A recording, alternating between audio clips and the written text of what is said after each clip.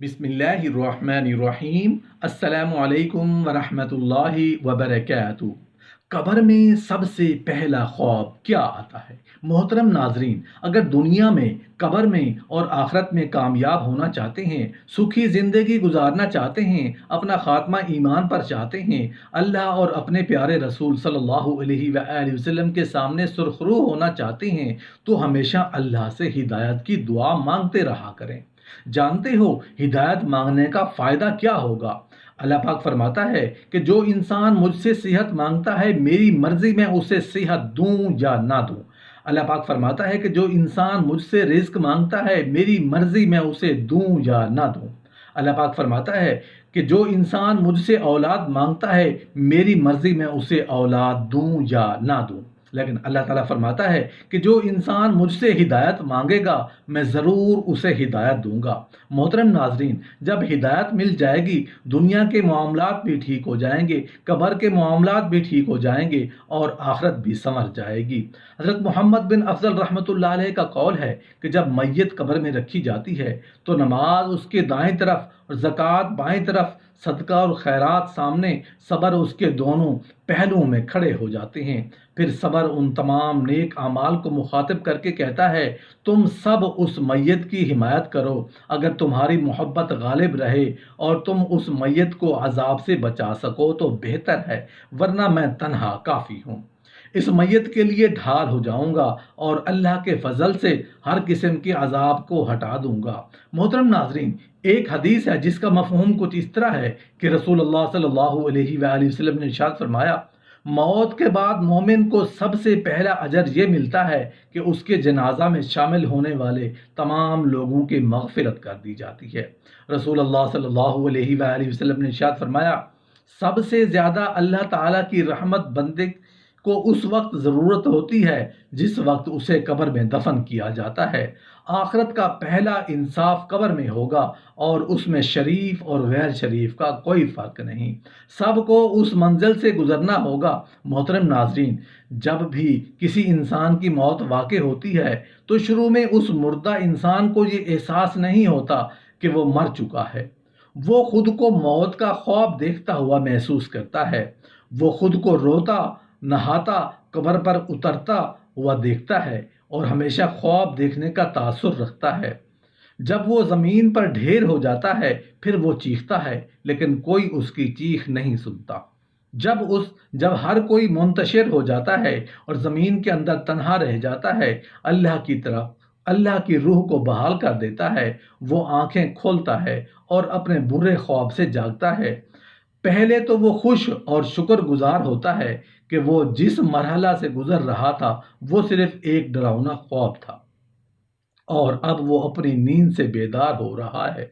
फिर वो अपने जिस्म को छूने लगता है जो कपड़े में लिपटा हुआ है। खुद से हैरत से सवाल करता है, मेरी कमीज कहाँ है? मैं कहाँ हूँ? ये जगह कौन सी है? हर तरफ अंधेरा ही अंधेरा क्यों है? मैं यहाँ क्या कर रहा हूँ? फिर उसे एहसास होने लगता है कि वो ज़ेरे ज़मीन है और जो कुछ वो महसूस कर रहा है वो ख्वाब नहीं है। उसे एहसास होता है कि वो मर गया है। वो हर मुमकिन हद तक ज़ोर से चीखता पुकारता है। उसके रिश्तेदार जो उसके मुताबिक उसे बचा सकते थे, उसे कोई जवाब नहीं देते। वो फिर याद करता है कि उस वक्त अल्लाह ही वाहिद उम्मीद है।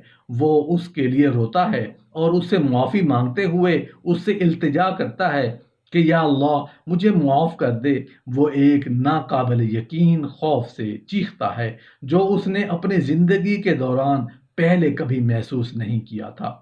अगर वो एक अच्छा इंसान होता है तो मुस्कुराते हुए चेहरे वाले दो फरिश्ते उसे तसल्ली देने के लिए बैठ जाते हैं, फिर उसकी बेहतरीन खिदमत करेंगे। अगर वो बुरा शख्स है तो दो फरिश्ते उसके खौफ को बढ़ा देंगे और उसके बदसूरत कामों के मुताबिक उसे अजियत देंगे।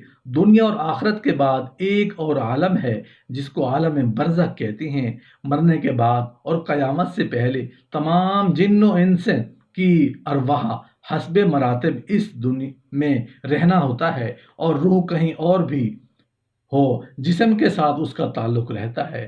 कब्र पर आने वाले को पहचानती है, और ये कहना कि फलां की रूह फलां के अंदर चली गई है या उसने दोबारा जन्म लिया, यह अकीदा कुरान और हदीस के खिलाफ है।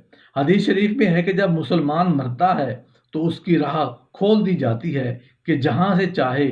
हज़रत सईद बिन मसीह रज़ी अल्लाह अन्हु से मरवी है कि हज़रत सुलेमान फ़ारसी, अब्दुल्ला बिन सलाम रज़ी अल्लाह अन्हु बाहम मिले, एक दूसरे से कहकर, आप मुझसे पहले इंतकाल करो तो मुझे खबर कर देना कि वहाँ क्या पेश आया है। कहा, क्या जिंदा और मुर्दा भी मिलते हैं? फरमाया, हाँ, मुसलमानों की रूह जन्नत में होती है, उन्हें अख्तियार होता है जहाँ चाहे जाए। सवाल अब ये दिमाग में आता है, क्या मरने के बाद मुर्दा अपने घर वालों को याद करते हैं?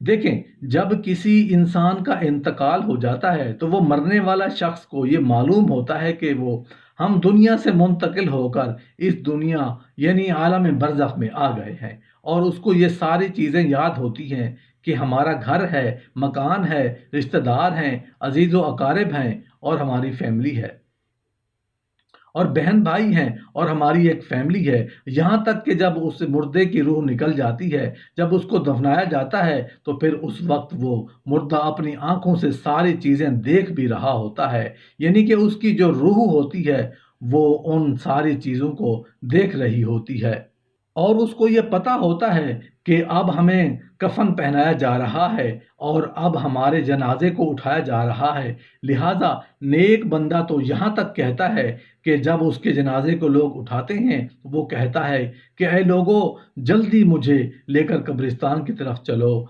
और बहुत जल्द मुझे मेरे असली ठिकाने में यानी कब्र के अंदर पहुंचा दो, क्योंकि उसको मौत पर ही पता चल जाता है कि आगे होने वाला क्या है। यानी आगे आने वाला जो मरहला है वो अच्छे हैं, आसान है या सख्त है,